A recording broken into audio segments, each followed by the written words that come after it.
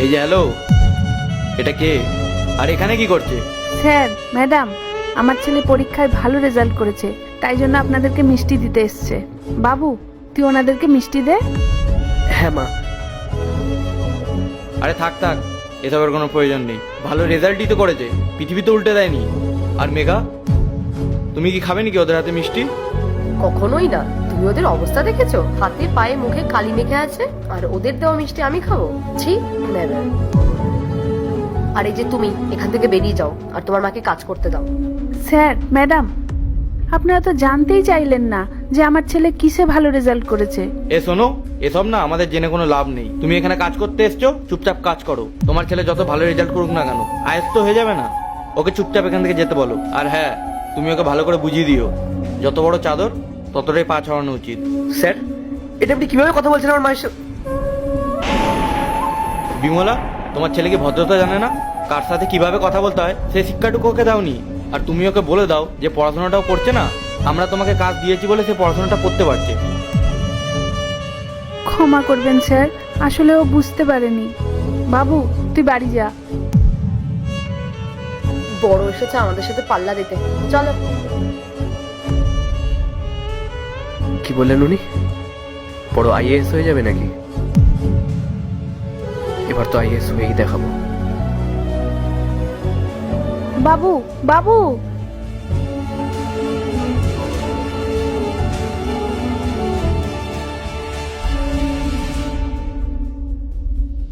Sir, আপনি আমাকে ডেকেছিলেন? হ্যাঁ ডেকেছিলাম। কালকে কি সমস্যা হয়েছিল তোমার? কাজে কেন আসোনি? আসলে স্যার, তোমার কাজ করার ইচ্ছে আছে নাকি নেই? কাজে আসুনি তাও না হয় মানা যাচ্ছে, কিন্তু তাই বলে একবার জানানোরও প্রয়োজন বোধ করলে না? এরা কি মগের মূল্য পেয়েছো তুমি? ঠিক আছে বলো, কেন আসুনি? আসলে কালকে আমার ছেলের জন্য কিছু বই কিনতে গেছিলাম, তাই জন্য। ব্যাস থামো তো। কে তোমার ছেলে? কোনো বড় ব্যক্তি নাকি? সারাদিন শুধু ছেলে ছেলে ছেলে করতে থাকো। আমার ছেলে কেউ না স্যার, আমার ছেলেই শেষ বয়সে আমার ভরসা। ও যদি একটা ভালো চাকরি পেয়ে যায়, তাহলে আমাদের সমস্ত সমস্যার সমাধান হয়ে যাবে। Wow, fantastic. তা কি এমন করেছে তোমার ছেলে যে তোমাদের নাকি সব সমস্যার সমাধান হয়ে যাবে? আমার ছেলে ইউপিএসসি নিয়ে পড়াশোনা করছে ম্যাডাম। হোয়াট? ইউপিএসসি? তোমার ছেলে কি একটু মেন্টালি আনস্টেবল আছে নাকি? ছেলে কি জানে না ইউপিএসসি পড়ার জন্য অনেক টাকা পয়সা লাগে, অনেক ধৈর্যের প্রয়োজন হয়, আর সব থেকে বড় কথা ব্রেনের প্রয়োজন হয়? সেটা আছে তোমাদের? কয়লার খড়িতে কাজ করে তার ছেলে নাকি আবার ইউপিএসসি ক্লিয়ার করবে, তাও আবার একবারে।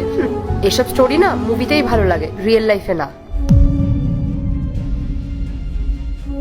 তোমার খুব ইচ্ছে তাই না তোমার ছেলেকে আইএএস অফিসার বানাবে? ঠিক আছে, আমি সেই ব্যবস্থাটা করে দিচ্ছি। তুমি এখনই এখান থেকে বেরিয়ে যাও, কাল থেকে এখানে আর কাজে আসার কোনো প্রয়োজন নেই।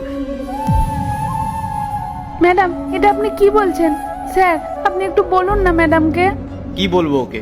ও তো ঠিক কথাই বলেছে। তুমি তোমার ছেলেকে পড়ানোর জন্য প্রায় দিন তো কাজ থেকে ছুটি নাও, আর তোমার জন্য আমাদের কাজের অনেক ক্ষতি হয়, তাই তোমার এখানে কাজ করার দরকার নেই। স্যার ম্যাডাম, আপনারা দয়া করে এই কাজটা করবেন না। এই কাজটা করেই আমার সংসার চলে। আপনারা যদি এই কাজ থেকে আমাকে বের করে দেন, তাহলে আমি খুব বড় সমস্যায় পড়ে যাব। আরে রিল্যাক্স রিল্যাক্স। একজন এত বড় আইএএস অফিসারের মা এভাবে হাত জোর করে ক্ষমা চাইবে, এটা কি ভালো দেখায়? আপনি আমাদের কথা ছাড়ুন, আমরা তো সাধারণ মানুষ, আমরা তো এরকম বলবোই। আপনি যান যান, আপনার ছেলেকে ভালো করে পড়ান। আপনারা আমাকে শেষবারের মতো একটা সুযোগ দিন। আমি কথা দিচ্ছি, আমি কখনো আর ছুটি করব না। তুমি কি একটা কথা একবারে বোঝো না? ও কি বললো তোমাকে শোনোনি? চলে যাও এখান থেকে।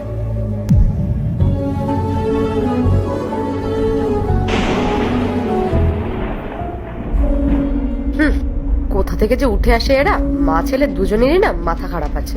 দেখো শেষ পর্যন্ত না আমাদের এখানে লেবারের কাজ করতে হয়। সে কাজটা পেয়ে গেলে না ওর জন্য অনেক ভাগ্যের ব্যাপার হবে।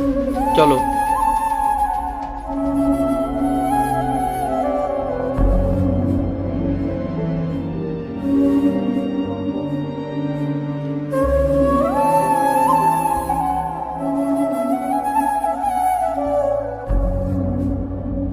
আপনারা একটু ওয়েট করুন, কিছুক্ষণের মধ্যে স্যার আপনাদেরকে ডেকে নেবেন। Thank you madam.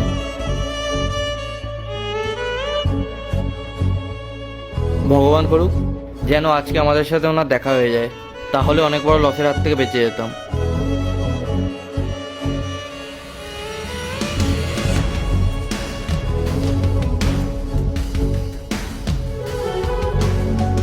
হ্যাঁ বলুন। স্যার, আমাদের ওয়ার্ক প্লেসের সমস্ত এরিয়া পুলিশ সিল করে দিয়েছে, আর আমাদের অনেক ইনভেস্টমেন্ট আছে সেখানে। আর এভাবেই যদি চলতে থাকে স্যার আমাদের অনেক বড় লস হয়ে যাবে। দেখুন, আপনারা যেটাকে ওয়ার্কিং প্লেস বলছেন সেটা একটা এগ্রিকালচার ল্যান্ড, আর সেখানে কনস্ট্রাকশনের কাজ করা যায় না।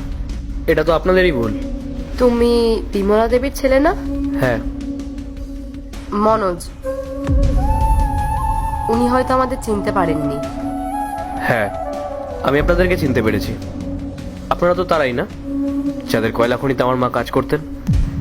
হ্যাঁ, ঠিক চিনেছো তুমি। তোমার মা সবসময় আমাদের বলতো যে তুমি জীবনে অনেক ভালো কিছু করতে পারবে। হ্যাঁ, আমি জানতাম তুমি পারবে, তুমি তো আমাদের আপনজন। আচ্ছা, এখন আমি আপনাদের আপনজন হয়ে গেলাম। আর আমি যদি আপনাদের আপনজনই হতাম, তাহলে আমাদের খারাপ সময় আপনারা আমার মাকে কাছ থেকে বার করে দিয়েছিলেন কেন? স্যার দেখুন, এগুলো অনেক আগের কথা, কিন্তু আপনি প্লিজ এখন আমাদের সাথে এরকম করবেন না, আমাদের অনেক বড় লস হয়ে যাবে স্যার। হওয়াই উচিত। খুব টাকার অহংকার ছিল না আপনাদের? আর আপনারা যে কাজগুলো করেছেন সেটাতে আমি কেন? কোনো মানুষই আপনাদের সঙ্গ দেবে না। মানে আপনি আমাদের উপর প্রতিশোধ নিচ্ছেন? না, এই চেয়ারে বসার পর আমার কিছু রেসপন্সিবিলিটিস থাকে, আমি সেটাই পালন করছি। আর আপনারা যে কাজটা করছেন সেটা একদম অন্যায়। আপনারা গরিব চাষিদের জমি অকুপাই করে সেখানে কনস্ট্রাকশন করছেন, তাও আবার আমার এরিয়াতে। কোনোদিনও না। যতদিন আমি এখানে আছি, আমি কোনো গরিব মানুষের উপর অন্যায় হতে দেবো না।